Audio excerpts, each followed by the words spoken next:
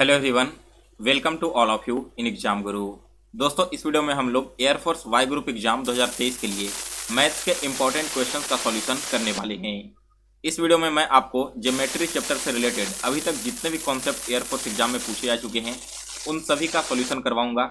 इसके अलावा इस बार के एग्जाम में जो इंपॉर्टेंट क्वेश्चंस आने की संभावना है उन सभी के इंपॉर्टेंट कॉन्सेप्ट को आपके सामने एक्सप्लेन करने वाला हूँ। तो गाइज, अगर आपके मैथ्स अभी तक कंप्लीट नहीं हुए और आपको बहुत ज़्यादा कन्फ्यूजन हो रहा है कि क्या करें और क्या ना करें, तो मैं डेली बेसिस पे इसी तरह से अभी लेकर एग्जाम तक मैथ्स की एक एक लेक्चर अपलोड करूंगा। इसके बारे में मैंने आपको मॉर्निंग में भी इन्फॉर्म करके बता दिया था। तो आप केवल इन वीडियोज़ को देखते जाओ, आपके सारे कॉन्सेप्ट क्लियर हो जाएंगे और एग्जाम में इससे ज़्यादा आपको क्वेश्चन देखने को नहीं मिलेगा। इन सारे क्वेश्चन का PDF आप हमारे टेलीग्राम ग्रुप से डाउनलोड कर लेना। टेलीग्राम ग्रुप का लिंक मैंने इस वीडियो के डिस्क्रिप्शन बॉक्स में दे रखा है।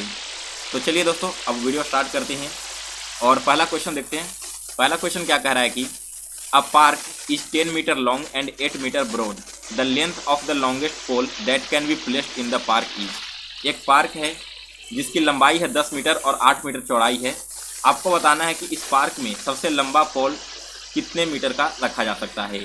दोस्तों, ऐसे क्वेश्चन अभी हाल ही में जो 2022 में कोस्ट गार्ड का एग्जाम हुआ था ना, वहाँ पर पूछा गया है और बिल्कुल सिमिलर एग्जामिनेशन में क्वेश्चन आपको एयरफोर्स में 2022 में भी देखने को मिला था। देखिए इस क्वेश्चन को कैसे सॉल्व करेंगे। यहाँ पर देखो, एक पार्क है, ठीक है, मान लो कि ऐसे पार्क होगी। इसकी चौड़ाई कितनी है 10 मीटर और लंबाई 8 मीटर। ऐसे आपका दोनों साइड दिया गया है। आपको कहा गया कि लंबा पॉल इसमें कौन सा रखा जा सकता है। तो जो सबसे लंबा पॉल हम रखेंगे वो इसका डायगोनल ही होगा ना, इस कोने से इस कोने तक, क्योंकि ऐसे अगर हम कोई पॉल रखेंगे तब भी उसका लेंथ थोड़ा छोटा रह जाएगा, ऐसे भी छोटा रह जाएगा। इसे अगर हम क्रॉस करेंगे तो सबसे लॉन्गेस्ट पॉल रखा जा सकता है।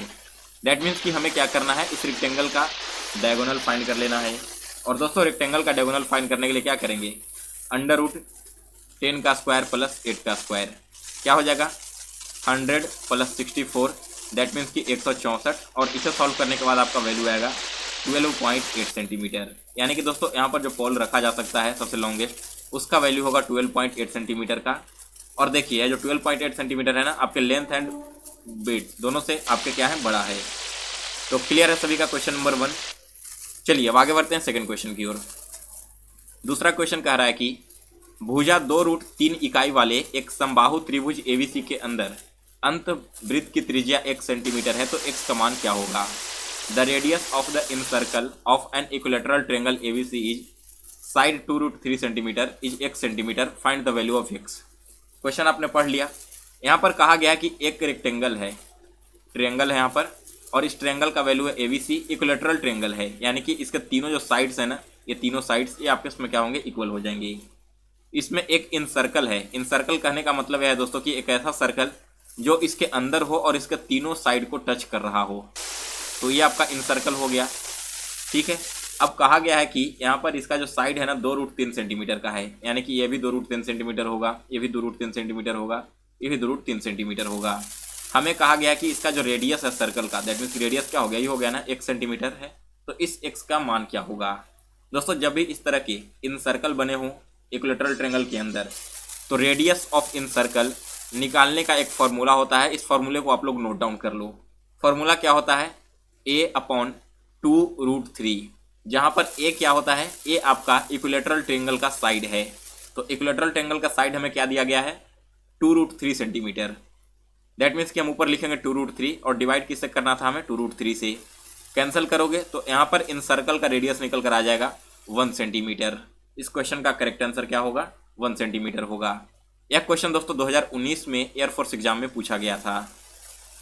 इसके बाद तीसरा question, the diagonal of a rhombus are 24 centimetre and 10 centimetre, find the perimeter of the rhombus. एक रोम्बस दिया गया है, यानी कि समचतुर्भुज का विकर्ण 24 सेंटीमीटर है और 10 सेंटीमीटर। तो आपको बताना है कि उस समचतुर्भुज का परिमाप क्या होगा।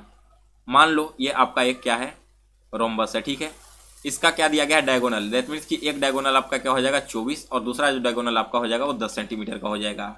हमें इसका पेरीमीटर फाइंड करना है। तो दोस्तों, पेरीमीटर कैसे निकाला जाता है, ये रोम्बस का perimeter of rhombus equal to formula है 2 डायगोनल 1 का स्क्वायर प्लस डायगोनल 2 का स्क्वायर।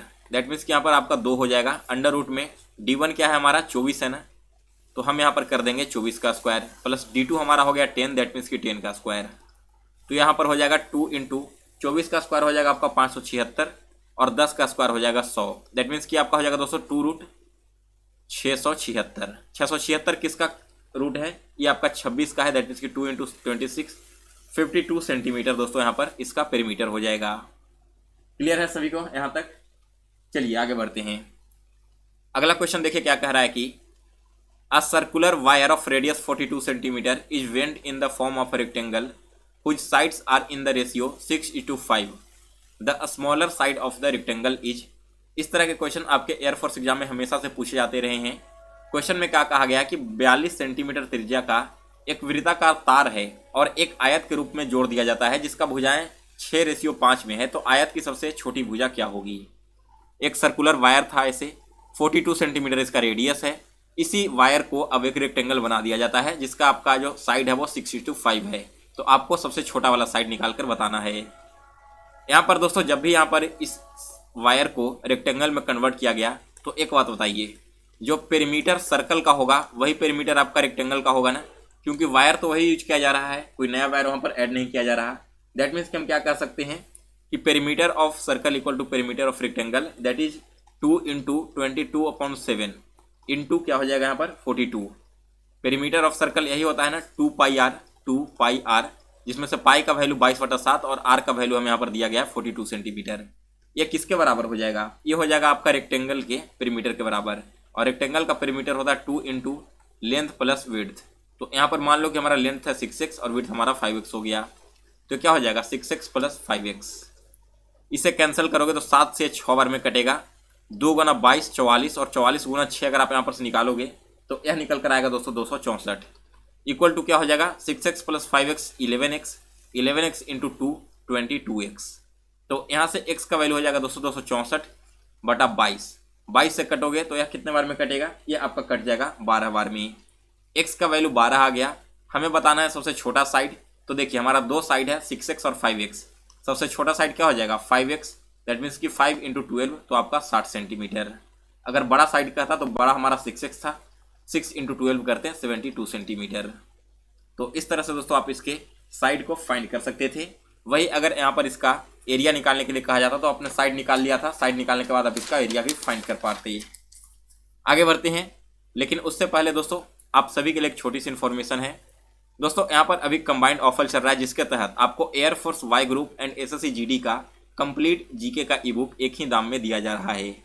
अगर आपने एयरफोर्स के लिए अभी तक जीके में कुछ भी नहीं पढ़ा और काफ़ी कन्फ्यूजन हो रहा है तो केवल 40 पेज का यह ई बुक है जो कि हिंदी एंड इंग्लिश दोनों लैंग्वेज में है, और इसमें वैसे सारे टॉपिक्स मैंने इंक्लूड कर दिए हैं जो आपके एग्जाम में अभी तक पूछे आ चुके हैं और 2023 के एग्जाम में भी आने वाले हैं।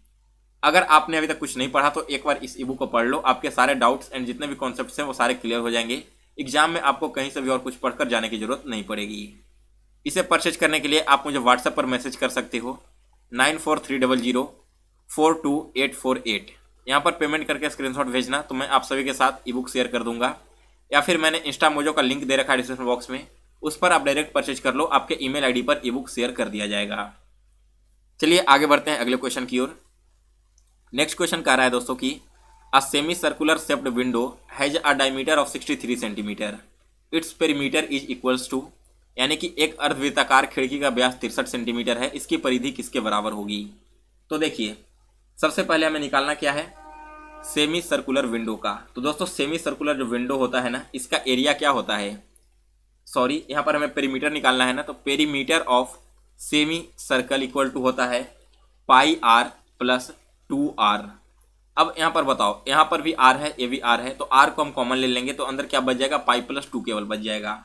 हमें पाई का वैल्यू ऑलरेडी पता होता है 22/7 यूज करना है, और रेडियस हमें ऑलरेडी दे दिया गया है। रेडियस क्या हो जाएगा 63/2 सेंटीमीटर। 63 यहाँ पर हमारा डायमीटर है तो रेडियस इसका हाफ 63/2 हो जाएगा। निकाल देते हैं 63/2 इंटू क्या हो जाएगा पाई का वैल्यू 22/7 प्लस 2 कर देंगे हम। यहाँ पर निकालेंगे तो 63/2 इंटू 22 प्लस 7 दूना 14 और बटा यहाँ पर 7 हो जाएगा। दैट मीन्स कि क्या हो जाएगा दोस्तों 63/2 गुना कर देंगे तो 22 और 14 को ऐड करने पर हमें यहाँ पर क्या मिलेगा, ऐड करने पर दोनों को मिलेगा 36 डिवाइडेड बाई 7। 7 से कटेगा 9 बार में, 2 से कटेगा 18 बार में। 18 और 9 को मल्टीप्लाई करोगे तो आपको वैल्यू मिलेगा क्या, यहाँ पर आपको वैल्यू मिलेगा 282 सेंटीमीटर, सॉरी 162 सेंटीमीटर। यानी कि दोस्तों यह जो आपका सेमी सर्कुलर विंडो है इसका पेरीमीटर 162 सेंटीमीटर आना चाहिए। इसके बाद अगला क्वेश्चन, एक सेकंड रुक जाओ, एक्चुअली मैंने यहाँ पर लास्ट वाला क्वेश्चन लिखा नहीं, शायद मिस प्रिंट हो गया। मैं आपको क्वेश्चन डायरेक्ट बता देता हूँ क्वेश्चन में क्या कहा गया था। क्वेश्चन में कहा गया था दोस्तों कि एक आपके स्क्वायर शेप्ड प्लेट है, ठीक है, ऐसे मान लो कि एक स्क्वायर शेप्ड प्लेट है और इसका एरिया दे दिया गया था, इस एरिया का वैल्यू था 784 सेंटीमीटर स्क्वायर। अब कहा गया था दोस्तों कि इक्वल शेप का सर्कल इसमें से काटा जाता है, यानी कि इस तरह से डिस्क काट के निकाल लिया जाता है। तो यहाँ पर जो डिस्क काटा जाएगा ना, उसका जो सरकमफेरेंस है वो कितना होना चाहिए। तो देखिए सबसे पहले तो हमें क्या करना होगा कि टोटल कितने डिस्क काटे जा रहे हैं वो निकालना होगा। कैसे निकालेंगे, तो देखिए यहाँ पर साइड ऑफ स्क्वायर कितना है, हमें निकालने के लिए क्या करना पड़ेगा, एरिया निकालना पड़ेगा, यानी कि A square equal to 784। A square क्या हो जाता है, स्क्वायर का साइड का, सॉरी स्क्वायर का एरिया का फॉर्मूला है। तो यहाँ से हम ए का वैल्यू निकाल सकते हैं 28 सेंटीमीटर। ये आपका क्या हो जाएगा, स्क्वायर का एक साइड हो गया।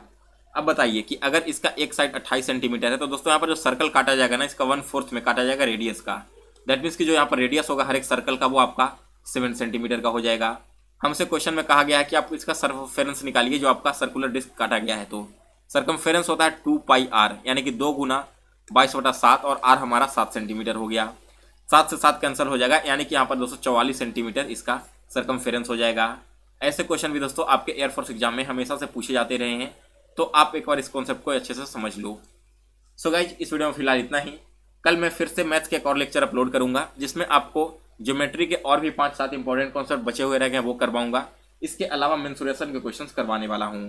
तो दोस्तों जितने भी लोगों ने अभी तक इस चैनल को सब्सक्राइब नहीं किया है, आप सभी से रिक्वेस्ट है कि चैनल को सब्सक्राइब कर लें और इसके बेल नोटिफिकेशन को भी ऑन कर लें।